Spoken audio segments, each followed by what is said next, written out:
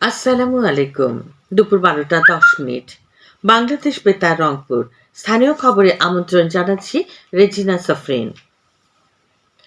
আজ সেই ভয়াল 25শে মার্চ, গণহত্যা দিবস। বাঙালি জাতি জীবনে 1971 সালের এই দিনে এক বিভীষিকাময় রাত নেমে এসেছিল। 1971 সালের এই দিনে কালো রাতে পাকিস্তানি দখলদার বাহিনী অপারেশন সার্চলাইট অভিযানের নামে নিরস্ত্র ও ঘুমন্ত মুক্তিকামী দেশবাসীর উপর নির্বিচারে হত্যাযজ্ঞ চালায়। এ সময় পাকিস্তানি সেনারা হামলা চালায় রাজারবাগ পুলিশ লাইন্স ও পিলখানায়, ইস্ট পাকিস্তান রাইফেলসের সদর দপ্তরে। এতে অসংখ্য পুলিশ ও ইপিআর সদস্য ছাড়াও ঢাকা বিশ্ববিদ্যালয় সহ দেশের বিভিন্ন স্থানে ছাত্র, শিক্ষক, বুদ্ধিজীবী, শ্রমিক, অগণিত নিরপরাধ মানুষ নির্মম গণহত্যার শিকার হন। এই ঘৃণ্যতম 25শে মার্চকে গণহত্যা দিবস হিসেবে পালন করছে বাংলাদেশ। গণহত্যা দিবস উপলক্ষে রাষ্ট্রপতি মোহাম্মদ শাহাবুদ্দিন ও প্রধানমন্ত্রী তারেক রহমান পৃথক বাণী দিয়েছেন। এদিকে গণহত্যা দিবস উপলক্ষে আজ 25শে মার্চ রাতে সারা দেশে 1 মিনিটের প্রতীকী ব্ল্যাক আউট পালন করা হবে। তবে গুরুত্বপূর্ণ স্থাপনা, জরুরি সেবা প্রদানকারী প্রতিষ্ঠান এবং বাংলাদেশে অবস্থিত বিদেশি মিশন সমূহ এই কর্মসূচির আওতার বাইরে থাকবে। দিবসটি উপলক্ষে বিভিন্ন দপ্তর ও শিক্ষা প্রতিষ্ঠানে আলোচনা সভা অনুষ্ঠিত হবে। মসজিদ সহ বিভিন্ন ধর্মীয় উপাসনালয়ে বিশেষ প্রার্থনা এবং জনবহুল এলাকা 25শে মার্চের দুর্লভ আলোকচিত্র প্রদর্শন করা হবে।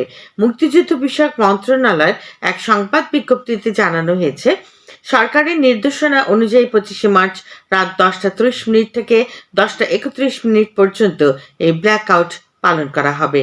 তবে 25শে মার্চ গণহত্যা দিবস এবং 26শে মার্চ মহান স্বাধীনতা ও জাতীয় দিবসে দেশব্যাপী গুরুত্বপূর্ণ সরকারি, আধা সরকারি, স্বায়ত্তশাসিত এবং বেসরকারি ভবন ও স্থাপনাসমূহে কোনো আলোকসজ্জা করা যাবে না বলে সরকার সিদ্ধান্ত নিয়েছেন।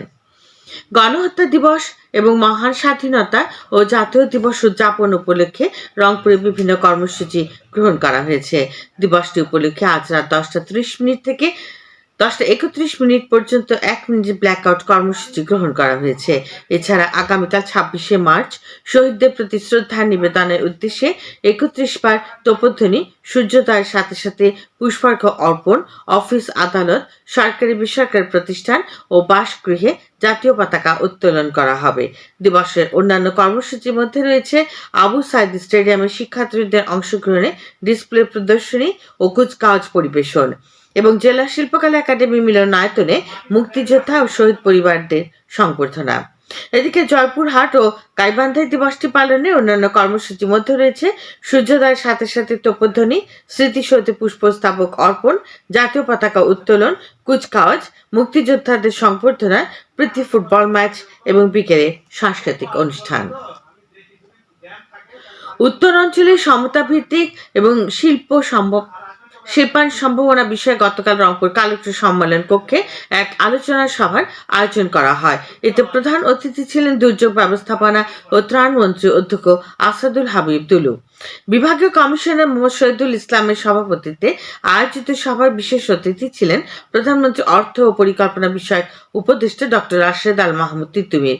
সভায় রংপুর, নীলফামারী ও গাইবান্ধা জেলার সংসদ সদস্য, জেলা প্রশাসক, কৃষি ও শিল্প উদ্যোক্তা, চেম্বার প্রতিনিধি ও বেসিক কর্মকর্তা সহ কৃষিজাত পণ্য, ডেইরি ও প্রাণী সম্পদ উদ্যোক্তাগণ অংশগ্রহণ করেন।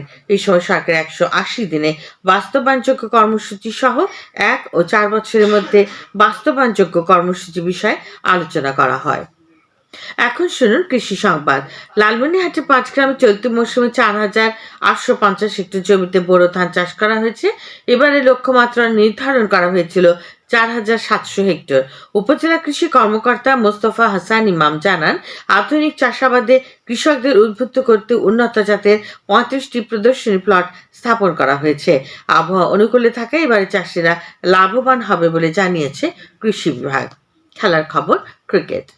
রংপুর জেলা স্কুলে প্রাক্তন শিক্ষার্থীদের অংশগ্রহণে ঈদ ক্রিকেট ফেস্টের ফাইনাল গতকাল অনুষ্ঠিত হয়েছে।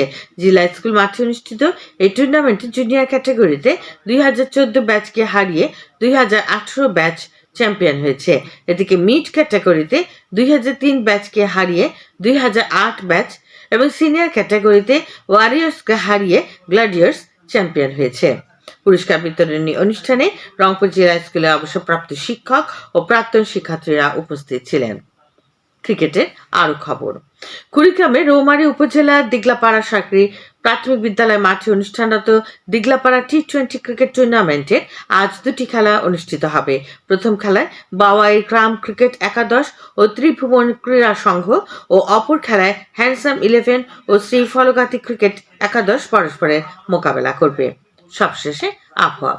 আজ সন্ধ্যা 6টা পর্যন্ত পূর্বাভাসে বলা হয়েছে দেশের অভ্যন্তরীণ নদী বাঁধগুলোর জন্য কোনো সতর্ক বাণী নেই এবং কোনো সংকেত দেখাতে হবে না। খবর শেষ হলো।